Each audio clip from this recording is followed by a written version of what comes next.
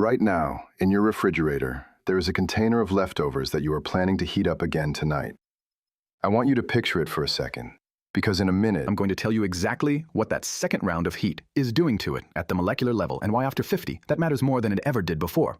I'm Dr. Park, and I need you to hear this clearly right at the start. This has almost nothing to do with bacteria.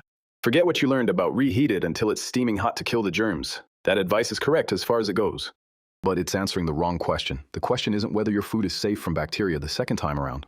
The question is what heat itself is doing to the chemistry of that food, and whether you're quietly building a habit that a growing body of research ties to elevated cancer risk. Stay with me all the way to the fourth food on this list, because it is the one that almost every health-conscious person over 50 believes is completely obviously safe. It's the one people specifically choose because they think they're doing the responsible thing. And that belief, not the food itself, is the dangerous part. I'll tell you right now, this isn't a list built to scare you off leftovers. I reheat food in my own kitchen most nights of the week, and so does almost every doctor I know. This is a list about 4 specific habits hiding inside that everyday routine. The pan you reach for, the container you use, the second dose of heat you didn't realize you were adding, and once you see them clearly, you genuinely can't unsee them. I've spent more than 15 years practicing internal medicine and researching nutritional biochemistry, the study of what food actually becomes once heat, time, and storage go to work on it. I'm not here to sell you a supplement, and I'm not here to scare you into a 12-week course. I'm here to walk you through what the research actually says in plain language, so you can make your own decision about what happens on your stove tonight. Let me give you 60 seconds on why this matters more after 50 than it did at 30. Cancer in almost every form we understand it is not a single event. It's an accumulation. Every day your cells divide billions of times, and every single division is a chance for a small error to creep into your DNA. Your body has repair systems for this, and are remarkable ones. But those systems are not perfect, and they get slightly less efficient with every passing decade. In your 20s and 30s, a little extra oxidative stress here, a little extra inflammatory chemical there gets mopped up before it matters. By your 50s and 60s, that repair capacity has narrowed. The margin for error is smaller. Enzymes that once caught and corrected a damaged strand of DNA within hours now take longer or miss it altogether. Immune cells that once hunted down a mutated cell and cleared it before it could divide again now do that job a little less aggressively. None of this happens overnight, and none of it is visible on a routine blood test. It accumulates the way rust accumulates on a car, left out in the weather, invisible for years, and then suddenly not. So the same compound that your body brushed off at 30 can now sit in your tissue a little longer, do a little more damage before it gets cleared. This is not about panic, it's about margin. And what I want to show you today is that some very ordinary things you do to your food, specifically reheating it, can quietly load more of that damage onto a system that has less room to absorb it than it used to. Here's the one idea I want you to carry through everything I'm about to tell you, because it changes how you'll think about your kitchen for good. Almost all the reheating advice you've ever heard is about temperature and time. Get it hot enough for long enough to kill anything living in it. Almost nobody talks about the chemistry that happens after the bacteria are already dead. Heat doesn't just kill microorganisms. Heat rearranges molecules. It breaks some bonds and forms new ones. And there are 3 specific chemical processes I want you to hold in your mind, because you will see at least one of them show up in every single item on this list. The first is oxidation. Fats breaking down into unstable reactive fragments called aldehydes when they're heated, especially heated more than once. The second is nitrosamine formation, a reaction between nitrites, which are naturally present or added to certain foods, and proteins, a reaction that speeds up dramatically at high heat.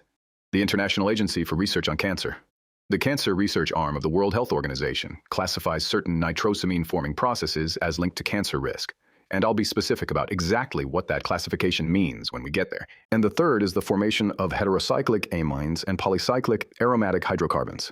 Long names for compounds that form when meat, specifically, is exposed to very high direct heat, especially char and blackened surfaces. Oxidation, nitrosamine formation, high-heat char compounds? Keep those 3 words in your head. Everything else I tell you today is really just those 3 ideas wearing different clothes. And here's something I want to say plainly, because I know where some of you expect this video to go. I'm Korean. I trained partly in Korea, and Korean medicine has a very old idea called yaksik dongwon. Food and medicine share the same root. It's a beautiful philosophy, and it genuinely shapes how I think about eating. But I want to be direct with you. Being Korean, or traditional, or fermented does not automatically mean safer. Some of Korea's own beloved foods carry real risks of their own. The sodium in certain fermented banchan, the nitrates in some preserved dishes, and I will not pretend otherwise just because they come from my own table. What I will do is bring in that lens where it genuinely helps explain something and set it aside where it doesn't. So let's get into it. 4 foods Or more precisely, 4 specific things people do with food that the evidence says you should stop reheating the way you currently do. I've ranked them, so the one that surprises people the most comes last. The first one is cooking oil that's already been used once, especially for frying, and gets heated again. I want you to picture your kitchen the way most of us actually cook. You fry something. There's oil left in the pan. And rather than throw out oil that still looks perfectly clear and usable, you save it, and a day or two later, you heat that same oil again for something else. It looks fine, it smells fine.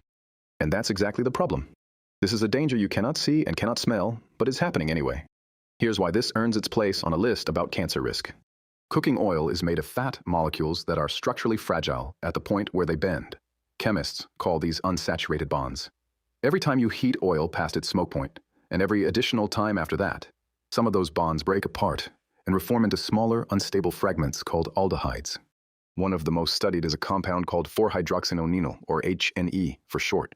In laboratory studies, these aldehydes have been shown to damage DNA and interfere with the very repair enzymes your cells rely on to fix small mutations before they become permanent. And this isn't only a laboratory curiosity. Occupational health researchers have studied populations who cook with high heat, repeatedly reused oil in poorly ventilated kitchens for years, home cooks and restaurant workers, particularly in wok-style cooking traditions, and found an association between long-term exposure to these cooking oil fumes and higher rates of lung cancer, even among people who never smoked a cigarette in their life. I want to be precise here. This is an association identified in population studies, not a controlled experiment proving direct causation in every kitchen. But the mechanism lines up with what we see in the lab, and the pattern has shown up across more than one research group. And it isn't only the fumes that matter. The oil you actually consume in the reheated dish itself carries these same breakdown products directly into your digestive tract, which is a separate, additional route of exposure beyond what you breathe in standing at the stove.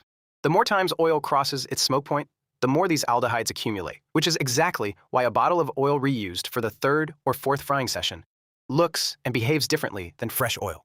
It foams more, it smokes at a lower temperature, and it browns food faster than it should. Those are not just cooking inconveniences, they're visible signs that the oil's chemistry has already shifted. So what should you do? Simple rule, oil is a single-use ingredient for high-heat cooking. If it's been used for deep or pan frying at high temperature, don't save it for round 2. If you do reuse cooking oil, keep it strictly for lower heat use. Strain out food particles immediately, store it away from light and heat, and never reheat oil that already looks darker, smells even faintly bitter or like crayon, or has started to foam when it hits the pan. All 3 are visible signs that oxidation has already progressed. And if you fry occasionally, choose oils that are more heat stable to begin with, like avocado oil or refined olive oil, and always cook with your range hood on. That single habit, real ventilation, is one of the most protective, least expensive changes you can make in your kitchen. The second food is any cured or processed meat that you reheat at high direct heat. Bacon, sausage, deli ham, hot dogs, that leftover slice of pizza with pepperoni that you crisp back up in a hot pan. Here's why it belongs on a cancer-focused list specifically, and not just a general health list. Processed meats are preserved using nitrates, which do an important job.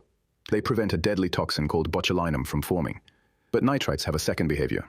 Under high heat, they can react with amino acids in the meat's proteins to form nitrosamines, and nitrosamines are compounds with clear, well-established links to cancer in a large body of research. This is exactly why the World Health Organization's Cancer Research Agency classifies processed meat as a Group 1 carcinogen, their highest confidence category, meaning the evidence for a link to cancer, specifically colorectal cancer, is considered convincing.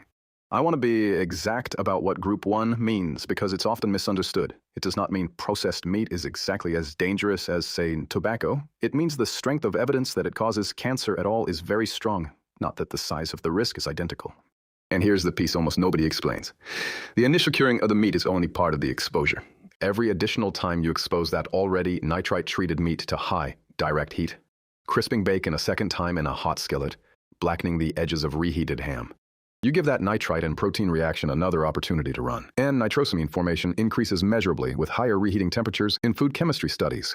The World Cancer Research Fund estimates that regularly eating about 50 grams of processed meat a day, roughly 2 slices of bacon, is associated with an increase in colorectal cancer risk over a lifetime. That's a real, specific number, and it's about the food itself before we even get to reheating technique.